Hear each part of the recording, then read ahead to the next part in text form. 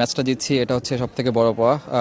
চেষ্টা করেছি যে টিমকে ভালো কিছু কন্ট্রিবিউট করার। টিমকে ভালো কিছু দিলে ভালো লাগে, টিমকে কিছু না দিতে পারলে অবশ্যই খারাপ লাগে। দর্শক আমাদের সাথে আছেন রাজশাহী ওয়ারিয়র্সের হয়ে এই ম্যাচে সেরা হওয়া তানজিদ তামিম, জাতীয় দলের opener. Welcome to T Sports. কেমন লাগছে আসলে এই ইনিংসটা খেলতে পারে? নিশ্চিতভাবেই চাপে ছিলেন কিছুটা হলেও। না, আলহামদুলিল্লাহ ম্যাচটা জিতছি, এটা হচ্ছে সবথেকে বড় পাওয়া। চেষ্টা করেছি যে টিমকে ভালো কিছু কন্ট্রিবিউট করার। লাস্ট কাপল অফ ম্যাচেস আমি ভালো কিছু কন্ট্রিবিউট করতে পারি নাই। এটা হয়তো বা নিজের কাছে খারাপ লাগে যে টিমকে ভালো কিছু দিলে ভালো লাগে, টিমকে কিছু না দিতে পারলে অবশ্যই খারাপ লাগে।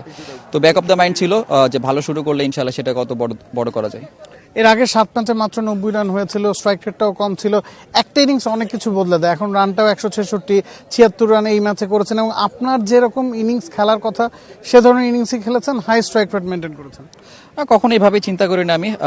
সবসময় আমি আমার জোনে থাকার ট্রাই করি। লাস্ট কয়েকটা ম্যাচ আমার অনেক বাজে গেছে, যদি আমি এটা নিয়ে বেশি চিন্তা করতাম তাহলে হয়তো আরও বাজে হওয়ার চান্স বেশি ছিল। বাট আমি আমার স্ট্রেংথে বিলিভ করেছি যে আমি আমার স্ট্রেংথ অনুযায়ী খেলবো, তো ইনশাল্লাহ সাকসেস হয়েছি আজকে। আজকে পাওয়ার প্লেতে যখন ব্যাটিং করেন তখন আসলে স্ট্র্যাটেজিটা কি ছিল? শুরুতে একটু স্লো ছিলেন, তবে একবার সেট হয়ে যাওয়ার পরে আসলে বিগ শটগুলো খেলেছেন। অবশ্যই কিছুটা সময় নিয়েছিলাম, কিছুটা কারণ উইকেটটা একটু স্ট্রিকি ছিল। বল কয়েকটা বল মাঝে মধ্যে একটু ধরে আসতেছিল, তো চেষ্টা করেছি যে কিভাবে এটা অ্যাডজাস্ট করে খেলা যায়। তো যত আসলে এখানে যারা সেট হয় তাদের জন্য ইজি, নতুন ব্যাটসম্যানদের জন্য কিছুটা টাফ। আর আমি একটা কথা বলতে চাই যে আমার টিম মেম্বার এবং টিম ম্যানেজমেন্ট আমার উপরে বিলিভ রেখেছে, আস্থা রেখেছে। তারা এদের জন্য তাদেরকে অনেক ধন্যবাদ।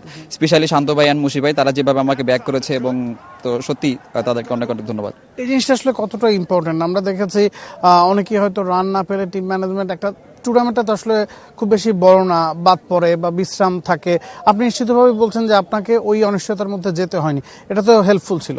অবশ্যই, কারণ দেখেন এটা একটা বড় টিমের গুণ বলবো আমি। কারণ টিম থেকে যখন এবং টিমের মেম্বার, টিম ম্যানেজমেন্ট থেকে যখন এরকম সাহস দেয়, তাইলে এই জায়গা থেকেও খুব তাড়াতাড়ি বের হওয়া যায়, এটা আমার কাছে মনে হয়।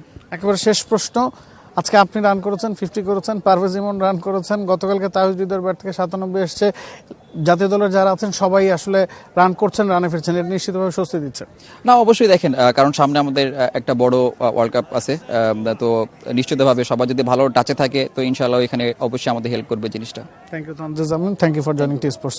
দর্শক আমাদের সাথে ছিলেন তানজিদ তামিম। রানে ছিলেন না, একটু স্ট্রাগল করছিলেন, তবে একটা ইনিংস যে কোনো কিছু আসলে বদলে দিতে পারে। 76 রানের একটা ইনিংস খেলেছেন, স্ট্রাইক রেটটাকে একেবারে 100-র ঘর থেকে 126-এ নিয়ে গেছেন এবং বলছিলেন যে দল তাকে সহযোগিতা করেছে, দল থেকে কখনোই বাদ পড়ার বা বিশ্রাম দেওয়ার কথাবার্তা তার উপর রাখা হয়নি, তাকে ব্যাক করা হয়েছে এবং সেই প্রতিদানটাই কিন্তু তিনি দিয়েছেন। এবং বলছেন যে তার সাথে পারভেজ ইমনও আজকে রান করেছেন, গতকাল তাহিদ হৃদয় রান করেছেন। তো সবাই যখন রানে থাকেন, রানে ফেরেন, তখন সেটা একসাথে দল হিসেবে বাংলাদেশকে হয়তো এগিয়ে নিয়ে যেতে সাহায্য করবে আসছে টি-20 বিশ্বকাপে।